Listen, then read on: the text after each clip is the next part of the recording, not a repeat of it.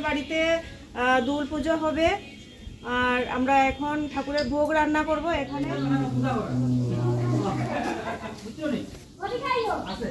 তোমরা দেখতে পাচ্ছ এখানে খিচুড়ির ঘেটের সবজি ধোয়া হচ্ছে আর আরও অনেক সবজি আছে, একে একে ধোয়া হবে একসাথে। এত বড় বেশি সবজি তো একসাথে ধোয়া যাচ্ছে না, তাই জন্য আরও সবজি আছে ধোয়া হবে একে একে সব কিছু। তারপর ভাজা, অনেক রকমের ভাজাও থাকে আমাদের বাড়িতে, পায়েসও থাকে। দেখতে থাকো তোমরা। আর ভোগ রান্না করে তারপর ঠাকুরকে দেওয়া হবে আর পুজো হবে সারাদিন। আর তোমরা দেখতে থাকো আর আমাদের সাথে সাথে থাকো, কীরকম দোলের পুজো হয়, আমরা কীরকম করে থাকি, সব কিছু একে একে শেয়ার করব, তো দেখতে থাকো।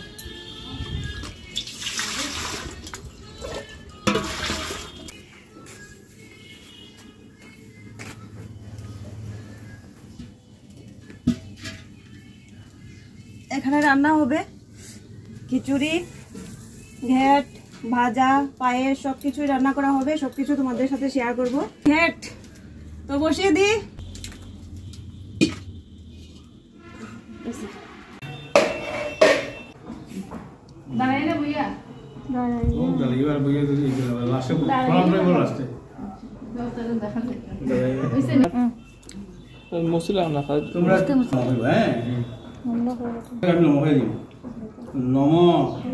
শঙ্খচক্র বিষ্ণু দাম্ভর চতুর্ভুজম পদ্মনাভায় দেবায় ঋষিকপতয়ে নমঃ এষ সচন্দন।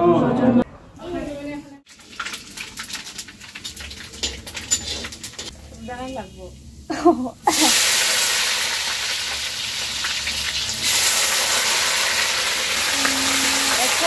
সবাই ভাবে আমি অকর্মণ নাক দেখি, অকর্মণ নাক দেখিনি আমি। কত না না তুমি কত খাস তাই না? তুমি তো সহজ খাবে। আরেকদিন গরুর খাওয়াইলাম। এই যে চাউল দেই, তারপর হবে খিচুড়ি, এইদিকে হচ্ছে ঘেট, তারপর বাদ বাকিটা হবে একে একে।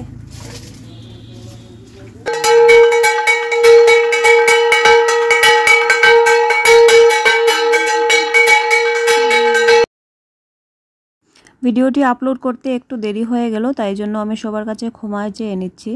আরেকটি বিষয় সবার সামনে আমি তুলে ধরতে পারিনি, সেটা হচ্ছে দোলের আগের দিন হয়ে থাকে অধিবাস।